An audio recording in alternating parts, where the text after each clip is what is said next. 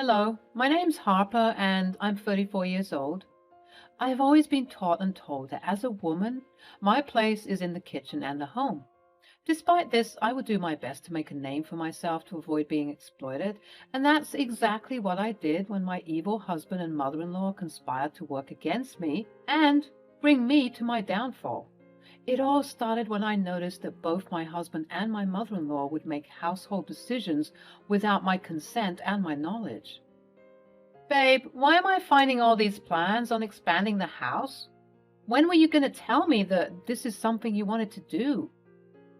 I didn't see any need to tell you since I'm the one making the most money in this house, so I can do what I want. Okay, but I'm your wife. We have to talk about things like this. Get off my back, woman. I don't really know when my sweet Jake turned so sour, but at some point he did, and he's completely unrecognizable at this point. He hates me for some reason, and I just don't know why. I tried to be kind to counteract the anger I would constantly receive, but as the years went by, he appeared to be getting worse. Okay, if you want to renovate the house, that's fine. I won't stand in your way. But as your wife, I would like to be a bit more involved in household decisions. Why? I already tell my mom everything, so I don't know why you're so obsessed with wanting to know every single thing. Yeah, and why is that? Why do you always turn to your mother when it comes to decisions that are to do with us? Is she part of this marriage too? I told you to get off my back. Don't make me repeat myself, and don't make me do anything I'll regret. This is how our conversations would go nowadays, just constant arguing and fighting. And it was taking a toll on me, my children, my family members, and my friends. They all constantly told me to get a divorce and leave him, but I was too loyal. I couldn't bear the thought of no longer being with him. That was until my mother-in-law started to become more involved in our lives, and all the dots began to connect. You see, I found out that my mother-in-law and my husband were doing some very unsavory and shady things, and this is how I found out about everything. My mother-in-law would make bi-weekly visits, which were increasing in frequency and length. Before, she would only come once a month, and it slowly but steadily grew into more and more visits, which would be fine had she not been such an insane person. Oh, well, if it isn't my favorite daughter-in-law. I'm your only daughter-in-law. Oh, hush now. Can't you let me compliment you in peace? It's no wonder why your husband is always coming to me. You're such a bore. Might I ask what brings you here today?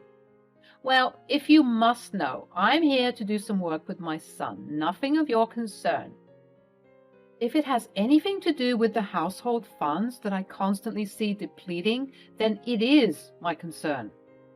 How dare you accuse me of doing something like that? Stealing? How dare you? Jake will have your head on a platter if I tell him what you just insinuated. I didn't insinuate anything. Perhaps it's your guilty conscience seeping through? Mirabelle stormed off, as mad as can be. I suspected that she was going to complain to her son, but at that point, I didn't care. I had gotten so emotionally detached and distant from this entire situation that I didn't care about the various threats that were constantly hurtled my way. I just did my best to avoid them at all times. That was until I received something suspicious in my email. It read, "Hey Mom, please remember to get the correct details for Code Harper. We can't let this plan fail. You've put too much effort and care into ensuring that everything works out smoothly for us. I can't wait for everything to go down. We're gonna be rich. Love you loads, Jake." I was confused. We're gonna be rich? Code Harper? What did all this mean? And why was I part of this plan without actually being informed about anything? After much thought and deliberation, I thought that I should respond to the email. "Hey Jake, it appears as though I've been attached to this thread. Please kindly explain to me what is going on. Much love, Harper." After sending the email, Jake decided to call me. I was so shocked by the angry tone in his voice. "Hell, ignore what you just saw. It has nothing to do with you." Well, clearly something is going on if you're using my name in your business meetings with your mother. Harper is a common name. Grow up and mind your own business before I do something I regret. What are you going to do, Jake? Huh? Tell me, what are you planning on doing that you're going to regret later? You know, Harper, I don't get angry much, but this time you've done it. I'll see you when I get home. He hung up the phone, and I began to get scared. What were these two planning? And why was he being so angry and secretive about everything? Due to his threats, I felt extremely unsafe in the household, so I packed some bags and decided to stay in a hotel for the time being. I couldn't afford to keep spiking my anxiety up because I was constantly in contact with two devils. Once I arrived in the hotel room, I decided to call my friend Ben. Ben and I had been childhood friends, and I knew that he would help me during this stressful and troubling time. Ben arrived soon after I called him. Hey, I'm so sorry once again for what happened. Yeah, well, I guess it's just part of the marriage package. Let me show you what the email said. Maybe you can help me out. Okay, sure. I showed Ben the email, and he shared the same look of confusion that I had when first reading it. Ben pondered some more and more, and finally he said, "We need to get inside their heads and figure out what they're doing. I don't know, but something about this seems fishy. We got to find out what they're hiding. And since they don't want to be forthcoming with you, we have to look for other means of acquiring information." Like what? Like checking the account funds and balances. Have you noticed anything recently? Yes. The household funds from the joint bank accounts are steadily decreasing. I ask about it, but you know how Jake and Mirabelle are. Okay, then let's start there. It should be noted that Ben is extremely tech-savvy. He's the type of person who can hack into databases if he really wanted to, and his skills were shining during our sleuthing. Once I opened up the bank accounts and bank books for Ben to see, he began his work, searching and scouring for any discrepancies, and after several hours of us deliberating and wondering what was going on, we reached a breakthrough. But it was definitely something that we weren't prepared for. It turns out that my lovely husband and mother-in-law were participating in some shady deals to incur more money. This was a hypothesis, but all of our doubts were confirmed when Ben managed to log into my husband's email account and see all of the evidence there for ourselves. Lengthy email chains between Jake and Mirabelle. They were embezzling funds from my husband's company. And that's not all. The gag is that they were going to incriminate me and make it seem like I was the one doing all of this. That's what Code Harper is. It's when they plan to unleash their gruesome attack and make you take the fall for everything. Yes, exactly. Jake would transfer the embezzled funds into the joint bank account and then use that money to make it seem like I was the one doing it. This is honestly a new level of sickness. Why would anyone do something like that? I honestly don't know. I began to break down and sob, but Ben promptly stopped me. No, Harper, this isn't the time to cry. Your life is about to be ruined if we don't do something to stop them. Thank God we now know this information, but now we got to do something about it before it's too late. You're right, but what? What can I do to stop this? I don't know. Let's think. It would be easy to go to the police with all of this information, but honestly, I needed more to satiate the bubbling rage that was in my core. I had to get back at these clowns, and I had to hit them where it hurt. And that's when I got the idea. Okay, I think I got something. Okay, let's hear it. So, we know that these two love money, right? I mean, that's why they're doing all this stuff, right? So, get more money. What if I came to Jake with a business proposal that he couldn't refuse? And what if you disguise yourself as the ringleader of this fake, shady business so that we can catch them red-handed? That's a brilliant idea. Let's put that to work. After ironing out the details and realizing that time is of the essence, I called Jake to put the plan into action. Where are you? You decided to run away from the consequences? Come back home at once. I didn't run from anything. Actually, I left home because I had to tend to a very important business meeting, a business that you'd be interested in. What kind of business? Oh, it's a special kind, one that you might like. I briefly told him some details of this fake business, doing my best not to disclose everything, but making it sound interesting enough so that his ears would perk up. Ben had informed me of the type of lingo that needed to be used to ensure that Jake suspects that the business is shady, and since we've learned that he's into the shady business, he would most likely accept this business deal. Sounds interesting. So you're saying that all I have to do is invest some funds and then the returns would be at a higher rate? Yes, Jake, it's that simple. How much is needed? We have to invest a total of $30,000, but we can do it in installments if you'd like. I'll get back to you. In the background of the call, I heard him talking to Mirabelle about everything, letting her know what I said and debating on whether or not they should do the deal.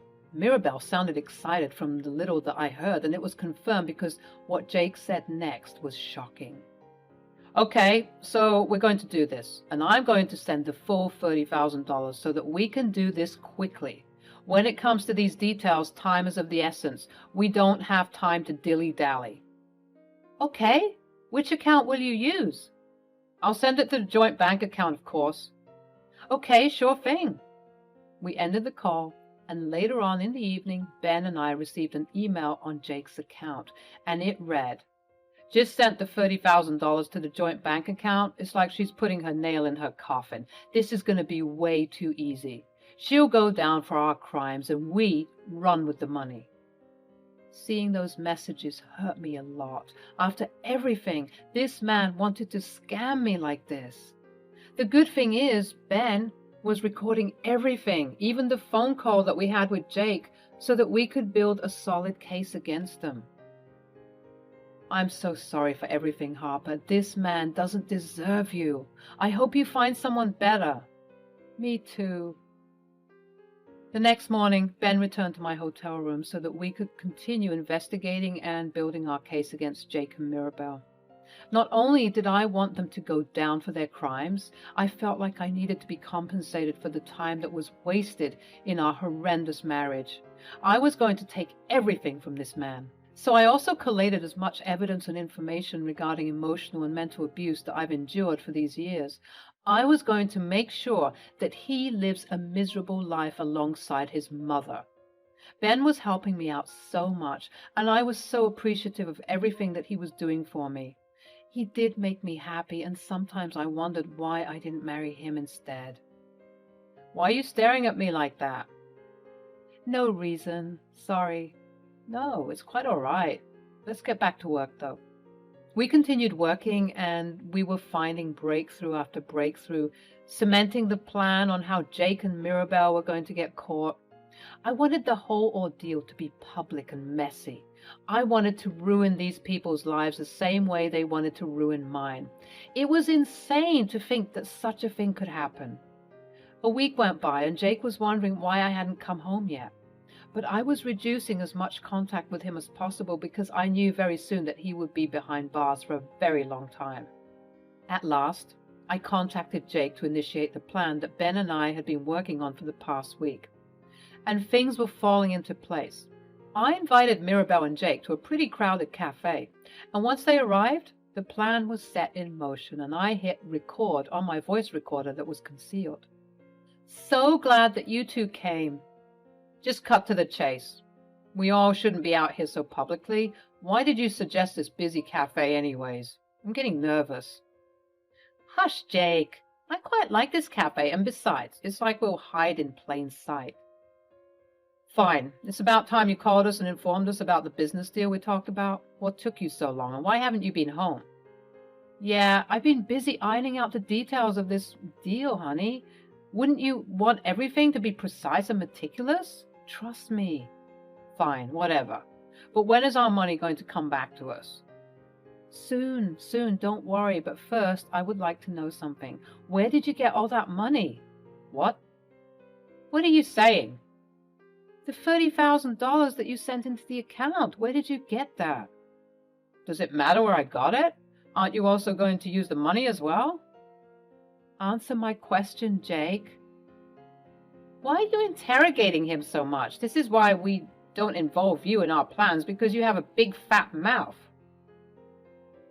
You think I don't know the truth? Do you think I don't know just how disgusting and slimy you two are? I know everything. I know that you are embezzling funds from your company. How dare you accuse me of doing such a thing? I would never, and even if I did, you don't have any proof.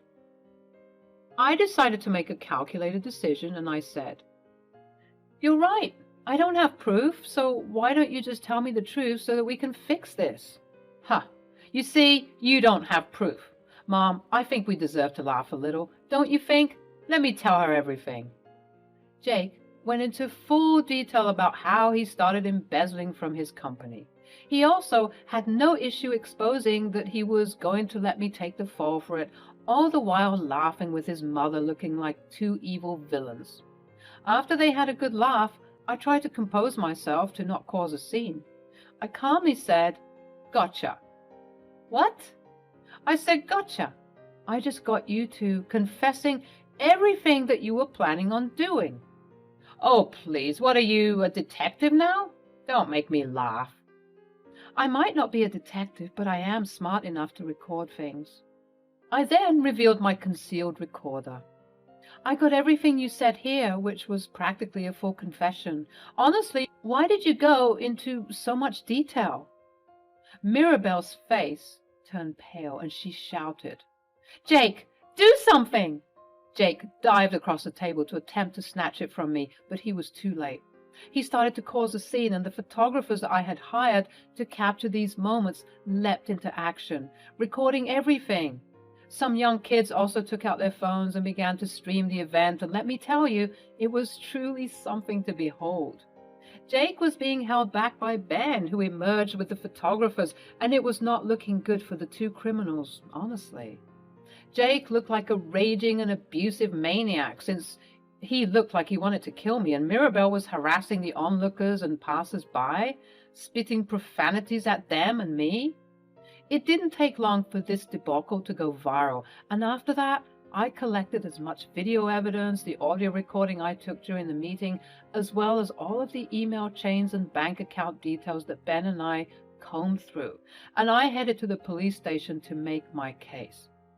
It didn't take long for the case to be examined, since Ben and I had practically done all the work for them, and not long afterward, Jake, who had promptly been publicly fired and humiliated after making a fool of himself on social media, as well as Mirabelle, who lost her positions as a budding socialite, stood trial for their crimes for embezzling money. The case was broadcasted nationally, and Jake and Mirabelle were considered social pariahs at this point.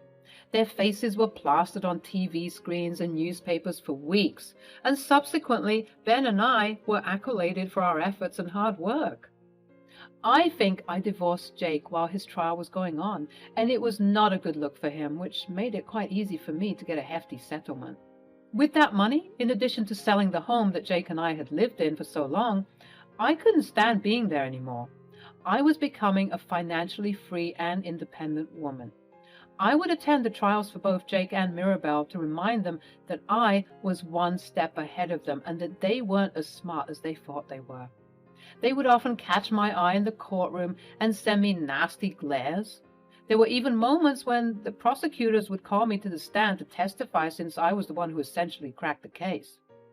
Whenever I would go on the stand, I would tell the prosecutor as many details as I could remember, all the while smiling and antagonizing my awful ex-husband and mother-in-law. If looks could kill, I would be on the floor, but luckily, looks don't kill. And with the amount of criminal activity that was going on between the two, they are going to be in prison for a very, very long time. So I needn't worry about them getting back at me, as I will be living lavishly, writing a book about my experiences and how Ben and I caught these weasels, whilst they would be rotting in prison for the rest of their lives. Revenge is so sweet.